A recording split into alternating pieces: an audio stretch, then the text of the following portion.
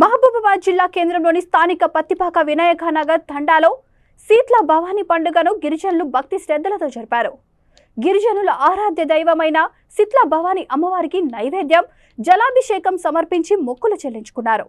ఈ సందర్భంగా గిరిజన నాయకులు శంకర్ నాయక్ మాట్లాడుతూ, గిరిజనుల ఆరాధ్య దైవమైన శీతల భవానీ పండుగను సంప్రదాయంగా రైతులు పంటలు సాగు ప్రారంభించే సమయంలో వర్షాలు సమృద్ధిగా కురవాలని, పాడి పంటలు పండాలని, ప్రజలు ఆయురారోగ్యాలతో ఉండాలనే పండుగ జరుపుకుంటామని తెలిపారు.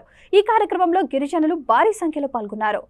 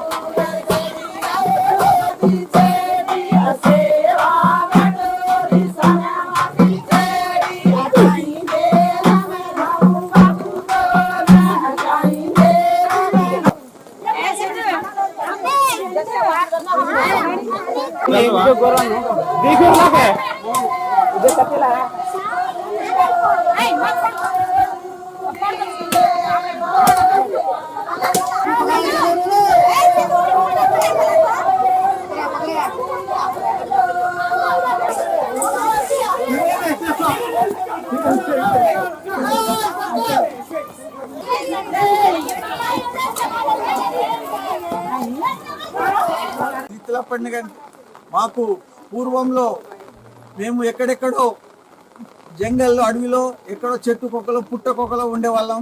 కాబట్టి ఈ పండుగ ఈ వానాకాలం గొడ్లను ఇప్పుడు వ్యవసాయం పని మొదలుపెట్టే, పొలం పని మొదలుపెట్టే రోజులు కాబట్టి మేము దీన్ని గొడ్ల దాటుడి అంటాం.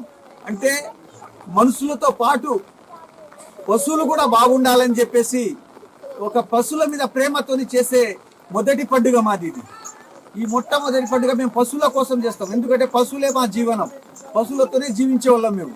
కాబట్టి పశువులు బాగుండాలి, పాడి పంట బాగుండాలని చెప్పేసి గొడ్ల దాటుడు పండుగ అని చెప్పేసి, శీతల పండుగ అని చెప్పేసి మొట్టమొదట చేసుకునే పండుగ ఈ శీతల పండుగ మాది. అక్కడ జలాభిషేకం చేశారు కదా, దానికి ఈ జలాభిషేకానికి అర్థం అక్కడ శీతల భవాని అంటే 7 భవానీలు మాతలు మాకు, అలాగే మాకు లుంకిడి అంటారు, అంటే పోతరాజు అని అర్థం. అక్కడ ఒక చెరువు లెక్కన చేసి అందులో తండవాసులు అందరూ బిందెలతోని, కుండలతోని నీళ్లు పోస్తారు. ఎందుకంటే అది నిండితే మాకు చెరువు నిండుతుంది అన్నంత నమ్మకం. ఆ చెరువు ఇది నిండి అలుగు పోస్తే చెరువులు కూడా నిండి అలుగు పోస్తుంది అనే నమ్మకంతో మేము అందులో నీళ్ళు పోస్తాం. అక్కడ మా లుకిడియా ముందు అది నిండిపోతే మా చెరువు నిండి అలుగు పోసినట్టే అర్థం.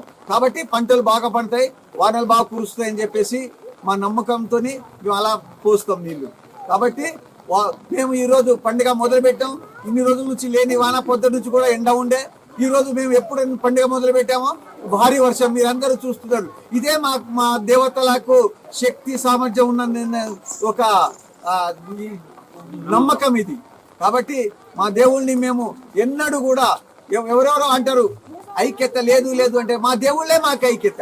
ఈ దేవుళ్ళని నమ్ముకుంటే మేము ఐక్యతగా ఉన్నట్టే.